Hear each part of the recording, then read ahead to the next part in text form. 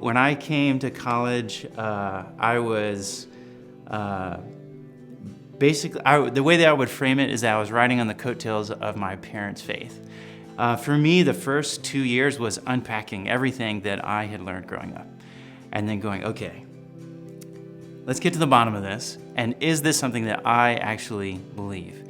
And so it took a long time to work back through that. And I was working with college ministries and going to church and doing all the things I had done my entire life. But they slowly went from being something that I just did to something that was something that I really wanted to do and was a part of me and was something I was deciding to do because this is something that I wanted to do. And so once we left the area, we were like, okay, now I know what it's, I know what being in a thriving church environment feels like. We had the decision, it was like, where do we want our kids to grow up? We have 3 kids, and so do we want them to be close to family or do we want to stay where we are? And so we decided, all right, my wife's family is from Harrisonburg, so that's where we're gonna go. So we had a friend that recommended Eastside to us, and they said, well, they have a lot of young lifers go there, college students, JMU students, EMU students. I was like, well, that'll feel like home. So let's go. And so we started going to Eastside.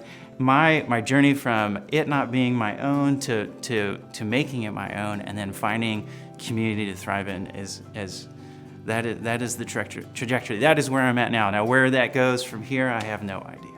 I started serving at Eastside mostly because I would go to pick up my kids in the back and I'd finish talking to Peter and I'd be walking away and all the leadership staff were sitting there setting things back up. And I was like, what are you doing? And they're like, well, school happens on Monday, today is Sunday, so we have to set all of this back up. And I was like, you guys have been here since before 8 o'clock setting this stuff up. And then, you preach, you do all of this, and then you've got to tear it all down. I was like, okay, so I just jumped in. So I love looking to see where things need to be done and filling those in until I can find someone who can do it better than me, and then I'm gonna go find the next thing. And I love that.